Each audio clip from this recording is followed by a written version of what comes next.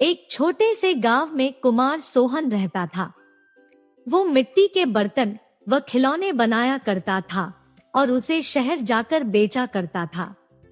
कभी कभी उसके 2-4 खिलौने बिकते तो कभी वो भी नहीं, जैसे तैसे उसका गुजारा चल रहा था। एक दिन उसकी बीबी शीला बोली, सुनो जी, क्यों न शहर जाकर कोई नौकरी ही कर लो। नौकरी करोगे तो महीने के अंत में कुछ धन तो आएगा।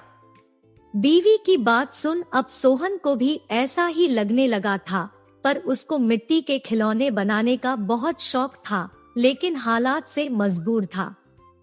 बात तो तुम सही कह रही हो, पर कैसे उस हुनर को छोड़ दूं जिसका नमक हम लोग अब तक खाते आए हैं। मैं जानती हूँ आप बहुत मेहनत और लगन से खिलौने बनाते हो, पर बाजार में बिक्री ना होने से अब हमारा गुजारा नहीं होता। अब तो यह हालत हो गई है कि रसोई में अन्न का एक दाना भी नहीं बचा। ठीक है, मैं कल सुबह ही शहर जाकर कोई न कोई नौकरी तलाश करता हूँ।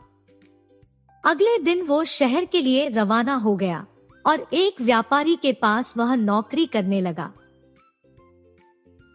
सोहन वहाँ नौकरी करता तो जरूर था, पर उसका मन अभी भी अपने चाक और मिट्टी के खिलौनों में ही रहता था। समय बीतता गया। एक दिन शहर में जहाँ वह काम करता था, उस मालिक के घर पर उसके बेटे निखिल का जन्मदिन था। सब महंगे महंगे तोहफे लेकर आए।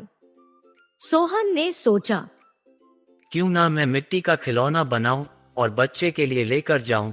वैसे भी हम गरीबों का तोहफा कौन देखता है। यह सोचकर वह मिट्टी का खिलौना बनाया और बनाकर जन्मदिन पर ले गया। जब दावत खत्म हुई तो निखिल की नजर उस मिट्टी के खिलौने पर पड़ी। उसे वो हाथ में उठा लिया और खुश होकर और भी बच्चों को दिखाने लगा। खिलौना सभी बच्चों को बहुत पसंद आया और जिद करने लगे कि उनको भी वैसा ही खिलौना चाहिए। यह सब देख सभी मेहमान एक दूसरे की तरफ देखने लगे और एक ही बात पूछने लगे, अरे वाह, इतना शानदार तोहफा कौन लाया है? इतना महंगा तोहफा ये किसने लाया होगा? ये खिलौना तो शायद आपका नौकर सोहन लाया है। इतना सुनते ही सब हैरान हो गए। सभी एक दूसरे का चेहरा देखने लगे। तभी मालिक बोला, सोहन तो बहुत गरीब है, इतना महंगा खिलौना कहाँ से ला सकता है? हाँ, मैंने देखा है, ये खिलौना सोहन ही लाया है। ठीक है, सोहन को बुलाओ, उससे पूछो कि ये खिलौना वह कहाँ से खरीदा है।